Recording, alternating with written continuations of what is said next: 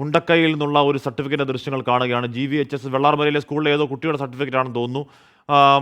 അത്തരത്തിലുള്ള ഒരുപാട് കാര്യങ്ങൾ നമ്മൾ ഈ ദിവസങ്ങളിലൊക്കെ ഇന്നലെയൊക്കെ കാണുന്നുണ്ട്. ഒരുപാട് ID കാർഡുകൾ, കുഞ്ഞുങ്ങളുടെ പുസ്തകങ്ങൾ, ബുക്കുകൾ, കുഞ്ഞുങ്ങളുടെ ടിഫിൻ ബോക്സുകൾ, ചിതറിക്കിടക്കുന്ന കളിപ്പാട്ടങ്ങളൊക്കെ നമ്മൾ കാണുന്നുണ്ട്. ഇതൊക്കെ എല്ലാ കാലത്തേക്കുമുള്ള നമ്മൾ അതിജീവിക്കുമെന്ന കാര്യം നമ്മൾ പറയുമ്പോഴും ഉറപ്പാണ് അതിജീവിക്കും, അത് വേറെ കാര്യം. പക്ഷേ ഇതൊക്കെ എല്ലാ കാലത്തേക്കുമുള്ള നമ്മുടെ കേരളം ഉള്ളിടത്തോളം കാലം നമ്മുടെ ഹൃദയം നീറ്റുന്ന സങ്കട ദൃശ്യങ്ങളായിരിക്കും എന്ന കാര്യത്തിൽ ഒരു തർക്കം ആ കാര്യത്തിലില്ല. ഈ ട്രോമ എല്ലാ കാലത്തേക്കും നമ്മുടെ ഉള്ളിൽ ട്രോമയായി തന്നെ നിൽക്കുന്നതാണ്. അവിടെ ഒരു വീട്ടിലുണ്ടായിരുന്ന ഒരു ദമ്പതികളുടെ ചിത്രം വീട്ടിൽ ഏറ്റവും പ്രധാന ഭാഗത്ത് ഷോക്കേസിലോ ഒക്കെ നമ്മൾ വീടുകൾ വെക്കാറുണ്ടല്ലോ, അങ്ങനെ ഇരിക്കുന്ന ഒരു ചിത്രമൊക്കെ കഴിയൊക്കെ എടുക്കുകയാണ്. കാണുമ്പോൾ വലിയ വേദന ഉണ്ടാക്കുന്ന ദൃശ്യങ്ങളാണ്. വനിതാ രക്ഷാ പ്രവർത്തകർ കൂടി പോലീസിൻ്റെ ഭാഗമായിട്ടൊക്കെ അവിടെയുണ്ട്. ഷഫീദ് റാവുത്തർ അവിടെ ചേരുന്നു. ഷഫീദ്, എന്താണത്? അവിടെ ഒരു വീടുണ്ടായിരുന്ന സ്ഥലമാണ്, ഒരു ജീവിതവും ജീവനവും ഉണ്ടായിരുന്ന സ്ഥലമാണ്, ഒരുപാട് സ്വപ്നങ്ങൾ ഉണ്ടായിരുന്ന സ്ഥലമാണ്, ഒരുപാട് കളിചിരികൾ ഉയർന്ന സ്ഥലമാണ്. അതങ്ങനെ മണ്ണോട് മണ്ണച്ച് താഴ്ചേർന്ന് കിടക്കുന്ന ദൃശ്യങ്ങൾ കാണുകയാണ്. ഇതുപോലുള്ള ഒരുപാട് ദൃശ്യങ്ങൾ നമ്മൾ ഈ ദിവസങ്ങളൊക്കെ വല്ലാതെ കാണുകയും ചെയ്യുന്നുണ്ട്. ഷഫീദ് റാവുത്തർ മുണ്ടക്കൈയിൽ നിൽപ്പുണ്ട്. മുണ്ടക്കൈയിൽ രക്ഷാദൗത്യം ഇന്നിപ്പോൾ 6 സോണുകളായി തിരിഞ്ഞുകൊണ്ട് ഉള്ള രക്ഷാദൗത്യ മേഖലയൊക്കെ അവിടെ പുരോഗമിച്ചുകൊണ്ടിരിക്കുകയാണ്. ആ ദൗത്യ സംഘത്തിൽ പെട്ടവരാണ് ഇവർ എന്നറിയില്ല. എന്തായാലും ഒരു സംഘത്തിൽ 40 അംഗ സംഘമാണ്. NDRF, SDRF, പോലീസ്, ഫയർഫോഴ്സ്, തദ്ദേശവാസികൾ. GVHS വെള്ളാർമലയിലെ ഒരു സർട്ടിഫിക്കറ്റ് ആണ് അത്. സഫ്ന ഷെറിൻ എന്നാണ് ആ കുട്ടിയുടെ പേര്.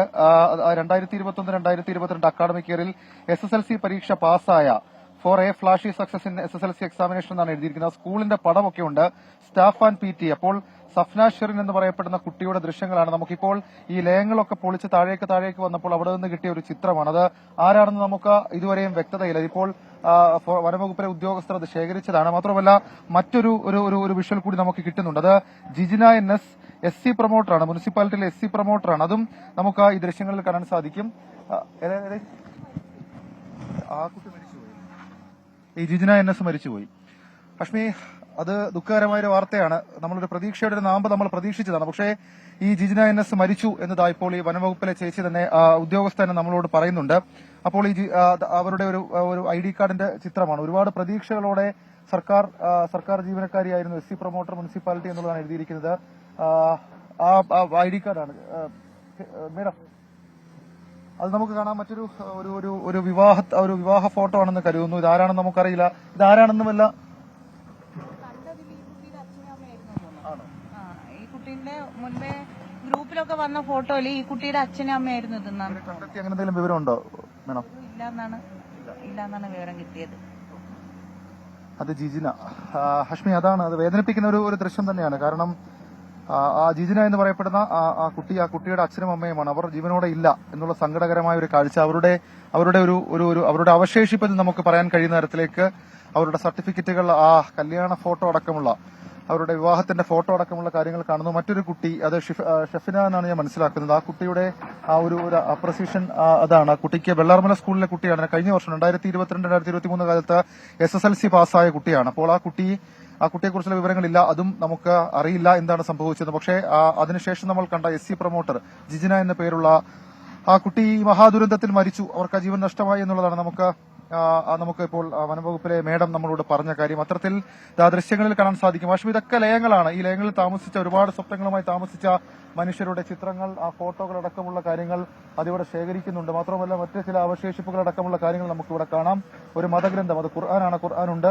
മാത്രമല്ല അതിന് തൊട്ടു താഴെ ഇതടക്കമുള്ള കാര്യങ്ങൾ. ആ കുട്ടിയുടെ 2022-2023 കാലത്ത് വെള്ളാർമല സ്കൂളിൽ നിന്ന് SSLC പാസ്സായി അതിനൊരു അപ്രിസിയേഷൻ കൊടുത്ത ആ കുരുന്നിന്റെ ചിത്രങ്ങളും അതിനകത്തുണ്ട്. അങ്ങനെ വേദനാജനകമാണ് ഈ ദുരന്ത ഭൂമിയിലെ കാഴ്ചകൾ. അതിനപ്പുറത്തേക്ക് നമുക്ക് മറ്റൊന്നും പറയാനില്ല. വലിയ വേദന ഉണ്ടാക്കുന്നു ഈ ദൃശ്യങ്ങൾ, ഈ അവശേഷിപ്പുകൾ വലിയ വേദന ഉണ്ടാക്കുന്നുണ്ട്. നമ്മൾ ഈ ദുരന്ത ഭൂമിയിലേക്ക് എത്തിയത് പോലും ഇങ്ങനെ എന്തെങ്കിലുമൊക്കെ ഒരു സഹായം ലഭിച്ചവരുടെ പ്രിയപ്പെട്ടവരാരെങ്കിലും ഇത് കാണുകയാണെങ്കിൽ കാണട്ടെ എന്നുള്ളത് കൊണ്ടാണ്. ഇപ്പോൾ അടുത്തൊരു ആൽബം കൂടി അതുമായി ബന്ധപ്പെട്ട് നമുക്ക് ലഭിക്കുന്നുണ്ട് കാശ്മീർ. അതും ഈ ദുരന്ത ഭൂവിലെ ഒരു തോരാ കാഴ്ചയാണ്. അത് ആരാണെന്ന് നമുക്കറിയില്ല. മേഡം, ഇതാണ് ഹഷ്മി ഇവിടുത്തെ ഒരു അവസ്ഥ എന്ന് പറയുന്നതാണ്. അത് നമുക്ക് ആ ദൃശ്യങ്ങളിൽ കാണാൻ സാധിക്കും. അതും ആർക്കെങ്കിലും ഉപകാരപ്പെടുന്ന ഒരു കാര്യമാണെങ്കിൽ അത് കാണിക്കാൻ വേണ്ടിയിട്ടാണ് നമ്മളത് ഇത്രയും ശ്രമകരമായ ഒരു ദൌത്യം. അതൊരു പഴയ ആൽബമാണെന്ന് മനസ്സിലാക്കുന്നു. ആ പഴയ ആൽബത്തിൽ അതൊരു വിവാഹ ഫോട്ടോ അടക്കമുള്ള കാര്യങ്ങളാണ് അശ്മി. അതും നമുക്ക് ആ ദൃശ്യങ്ങളിൽ കാണാൻ സാധിക്കും. അതൊരു വിവാഹ ഫോട്ടോ ആണ്. അതിൽ ആരാണ് എന്നുള്ള കാര്യം വ്യക്തമല്ല. വിവാഹ ഫോട്ടോ ആണ്. ഇതാരെങ്കിലും കാണുകയാണെങ്കിൽ, അവരുടെ ബന്ധുക്കളാണെങ്കിൽ, അവരെ തിരയുന്നവരാണെങ്കിൽ അവർക്കത് ഉപകാരപ്പെടട്ടെ എന്നുള്ളത് നമുക്കൊന്നും പറയാനില്ല. ഇതാണ് ആ ദൃശ്യങ്ങളിൽ. അതിലൊരു പേര് കാണുന്നു. ആ പേര് ബഷീർ എന്നാണ്. ഹഷ്മി അതും നമ്മളെ സംബന്ധിച്ചൊരു വേദനാജനകമായ കാര്യമാണ്. അല്പസമയം മുൻപ് നമ്മൾ 9:30 സമയത്ത് നമ്മൾ സംസാരിക്കുന്ന സമയത്ത് നമ്മൾ അവിടെ ഒരു സുഹൃത്ത് പറഞ്ഞിരുന്നു, അയാളുടെ ഒരു സുഹൃത്ത് ഈ ലയത്തിലുണ്ടായിരുന്നവർ പെട്ടുവെന്ന്. അവരുടെ വിവാഹ ഫോട്ടോയാണ് എന്ന് ഞാൻ മനസ്സിലാക്കുന്നു. ബഷീർ, അതേപോലെ തന്നെ അനീക്കസ് എന്നാണ് അതിൽ എഴുതിയിരിക്കുന്നത്. അത് ആരാണെന്ന് അറിയില്ല. ഈ ബഷീർ എന്നുള്ളൊരു പേര് ഞാൻ ഈ ഇവിടേക്ക് വരുമ്പോൾ ഞാൻ കേട്ടിരുന്നു. അല്പസമയം മുൻപ്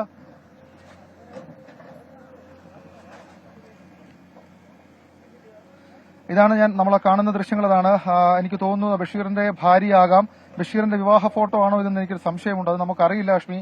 കാരണം അതടക്കമുള്ള കാര്യങ്ങളിൽ ഇനി ഒരു സ്ഥിരീകരണം വരണം. ആരെങ്കിലും എവിടെയെങ്കിലും ഇരുന്ന് ഈ ഫോട്ടോകൾ, ഈ ചിത്രങ്ങളടക്കമുള്ള കാര്യങ്ങൾ കാണുകയാണെങ്കിൽ, ഈ ദുരന്ത ഭൂമിയിൽ മനുഷ്യന്മാരെ തിരയുന്നവരാണെങ്കിൽ അവർക്ക് ഉപകാരപ്പെടട്ടെ. അവരുടെ വിവാഹ ഫോട്ടോ അടക്കമുള്ള കാര്യങ്ങളാണ്, വിവാഹത്തിൽ നിന്നെടുത്ത ഫോട്ടോകൾ അടക്കമുള്ള കാര്യം വേദനിപ്പിക്കുന്നതാണ്. ഒരു മനുഷ്യന്റെ ജീവായുസിലെ ഏറ്റവും പ്രധാനപ്പെട്ട ഒരു വേളയാണ് വിവാഹം. അതടക്കം കഴിഞ്ഞ് കുടുംബവുമായി സന്തോഷത്തോടെ ജീവിക്കുന്ന സമയത്ത് ഭൂമിയിൽ അധികകാലമില്ല എന്നുള്ള കാര്യം അറിയിച്ചുകൊണ്ട് ആ ഒരു ഉരുൾപൊട്ടുന്നു. ആ ഉരുൾപൊട്ടലിൽ അവർക്ക് ജീവൻ നഷ്ടമാകുന്നു.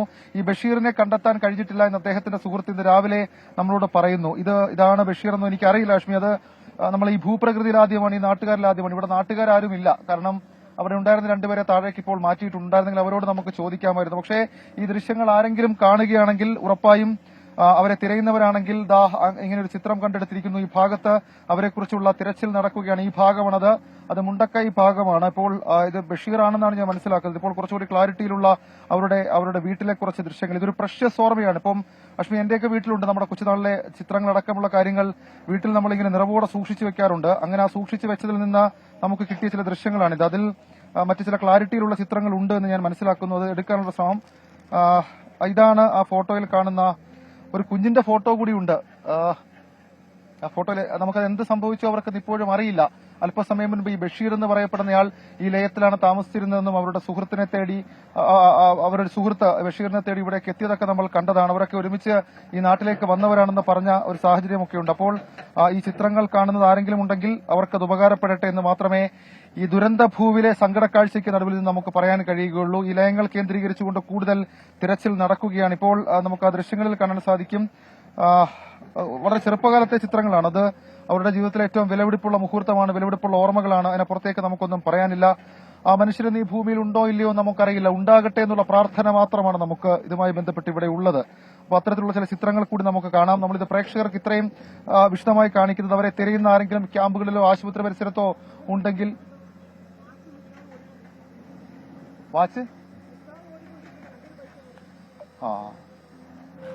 അങ്ങനെ കൂടി ചില വിവരങ്ങൾ വരുന്നുണ്ട്. ഏതായാലും നമ്മൾ ഈ ചിത്രം അത് അധികാരികൾക്ക് കൈമാറുകയാണ് ലക്ഷ്മി. കാരണം ഇത് അവർ സൂക്ഷിക്കേണ്ട ഒരു കാര്യമാണ്.